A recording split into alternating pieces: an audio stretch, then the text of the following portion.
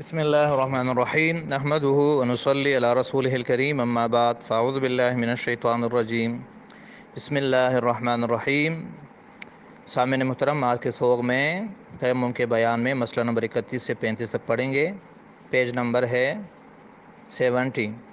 مسئلہ نمبر 31 ہے، اگر پانی 1 میل شرعی سے دور نہیں لیکن وقت بہت تنگ ہے کہ اگر پانی لینے کو جائے گی تو وقت جاتا رہے گا، یعنی نماز قضا ہو جائے گا، تو بھی تیمم درست نہیں ہے، پانی لائے اور قضا پڑھے۔ مسئلہ نمبر 32، پانی موجود ہوتے وقت قرآن مجید کے چھونے کے لیے تیمم کرنا درست نہیں ہے، بلکہ وضو کرے پھر قرآن کو چھوئے۔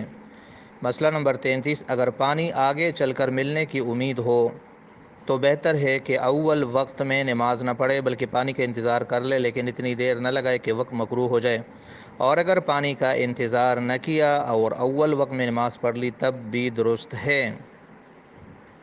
مسئلہ نمبر 34، اگر پانی پاس ہے لیکن یہ ڈر ہے کہ اگر ریل پر سے اترے گی تو ریل چلی جائے گی، تو ایسی صورت میں بھی تیمم درست ہے، یا اگر سانپ وغیرہ کوئی جانور پانی کے پاس ہے جس سے پانی نہیں مل سکتا اور خطرہ ہے، ڈرتا ہے، تو بھی تیمم درست ہے۔